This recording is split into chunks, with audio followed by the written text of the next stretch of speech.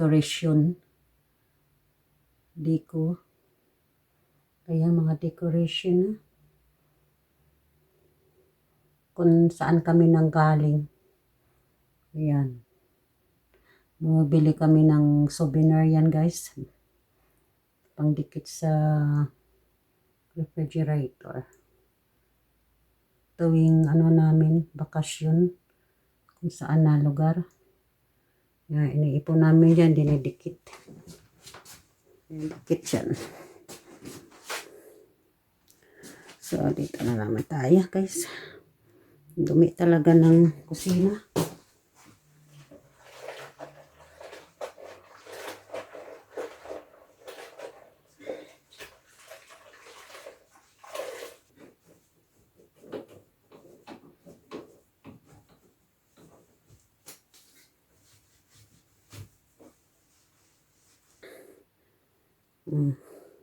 Yan, ang banana filling yan. Balat ng banana, binabad sa tubig. Tapos, yung tubig na yan, yun ipang binyag mo, i-dilig mo sa mga halaman. Kasi pag winter, may mga halaman tayo dito sa loob ng bahay na kasi hindi pwede pag winter sa labas, mamamatay. So, dinidiligan natin once a week pag sa loob ng bahay. So, ito yung ginagamit namin na tubig na binabad sa banana, no? Yung balat ng banana, nakababad yan. Yan ang ating gamiting tubig pang dilig, no? Yan. Yan ang sikreto sa mga paano. Naglinis yan, nakuras lang yan, 1, 2, 3, tapos na. So, mangingitim ang mga, yung mga, yung mga tabla nito, kasi kahoy ito yung hawakan, kahoy din. Nangingitim na nga, sa loob. Kasi, ginabasa ya lang ba? Parang ginabasa yan lang, hindi talaga tinatanggal yung dumi. Kasi marumi lagi ito, laging ginagamit, buksan mo yan. Ito laging, everyday ginagamit ito kasi, microwave kasi, kailangan linisin din. Ayan, kumikintab siya, kumikintab. Kaya minsan ayaw ko maglinis sa yan,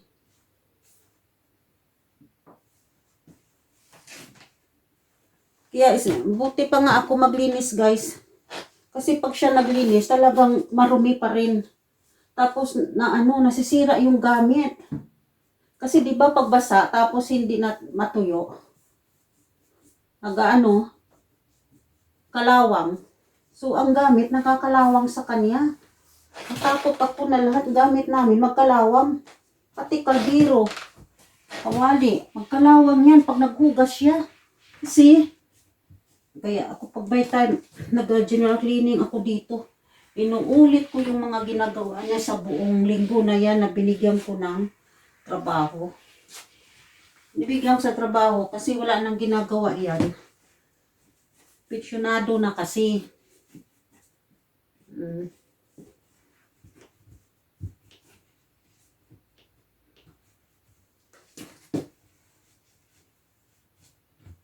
Yan, matagal na. Tumigas na yung dumi sa loob. Na siya ba? Ano ito tawag nito? Nagka-fungus na. So, hindi maganda ba? Magkasakit tayo dyan.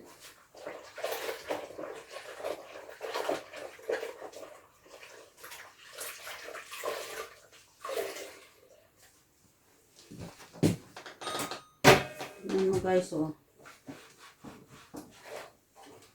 sa loob, kailangan nakaano rin ito. Kasi basa. Hindi nalinis. Yan.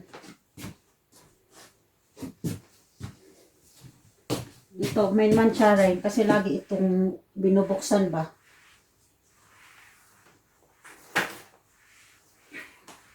Dito pala sa lalim, hindi ko na punasan. Ay naku, sakit na yung kamay ko guys. Hirap maglinis mga langga. Ayan. Ayan oh. Ang mancha, matigas tanggalin. Sa ano to, fingerprint yan eh, fingerprint. Fingerprint namin ba guys? Lapit na rin tayo matapos. Halba lang, half lang ang linis ko na. Half lang. Linis ko kasi sa taas ni ko maabot. Siya yung maglinis bukas. Bigyan ko ng trabaho bukas. Kasi wala ako bukas ng trabaho. So, bigyan ko siya ng trabaho. Kasi pag di mo bigyan trabaho, hindi yan tikilos. Tamad yan. Upo lang. Sa plato ito sa microwave. Patungan kung anong ipainit mo. Patungan niya. Anong pang patong ba? Nalinisan ko na kaagad kasi pag siya yan ako, minsan mabasag pa yan. Magkabasag. Magka-damage ba pag last summer? Gumagawa tayo guys ng ano, marmalade. No? Mga jelly ba? Fruits jelly. So, kailangan natin itong mga bottles, no? Kasi guys, here, mga bottles is very expensive. Like this bowl, no? Tapos, 4 pieces. Mahal. Oo. Mga 4 pieces, 3 euro. Kaya mahal talaga. Ito, hindi naman kailangan. Ito. Pwede ito laging, kabinet. Yung linisin niya yan. Bukas, bigyan ko siya. Tapos dito, ito. Yan. Pang-anuhin niya yan. Pang-abstaubing niya yan. Bukas. Kasi, watagan na rin din nalinisan ito. Ayan. Pag siya yan, hindi yan maglinis. Titignan niya lang mga ito. Dito kasi kailangan talaga malinis sa paligid. Kasi hindi ka maglinis, laging naka-close yung bahay. Magkasakit ka kasi yung breath mo. Dito mo nakukuha sa loob ng bahay eh. Yung hangin minsan.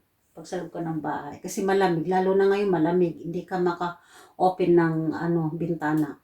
So, dito lang, paikot-ikot lang dito yung hangin sa loob.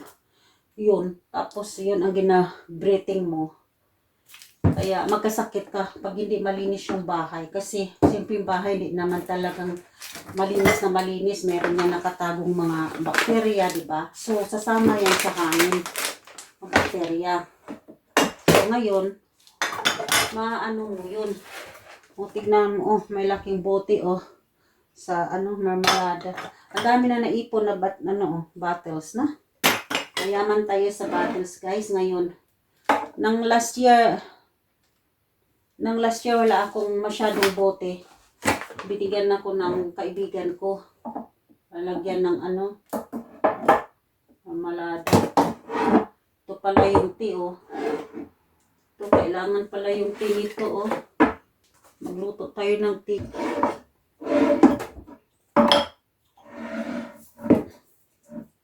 Daming marmalade ko, paano gagawin sa marmalade dito?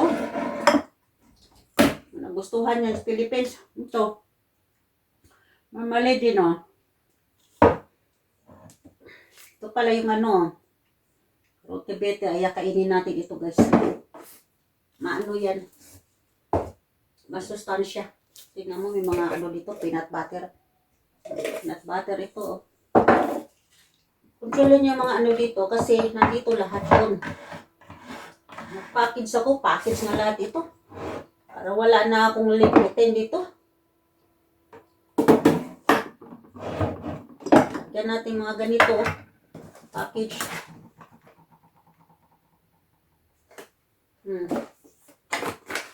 Barley. Ito yung barley. Tawag dito garden grass. Garden grass. Barley yan.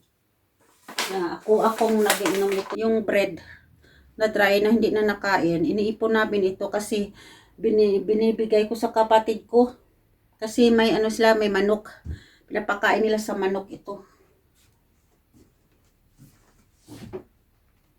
Kaya ganyan lang. So, medyo, dito ligpit na yan. Dito ligpit na. Buhay yung, halaman. Halaman natin buhay, guys. Ilang taon na ba ito? Sahig nito. Kasi hindi to, hindi to tabla eh. Hindi to tabla. Ano lang ito. Ayan. Kasi yung bigas natin, kung konti na lang tira.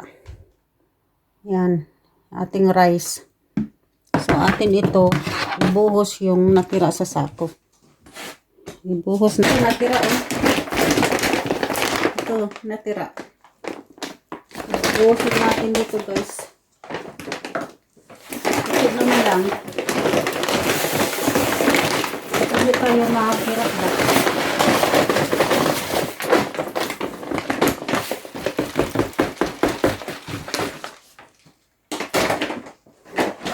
Ay, meron pa pala dito, extra. Mas maganda ito, malaki. May red pa pala na bigas dito.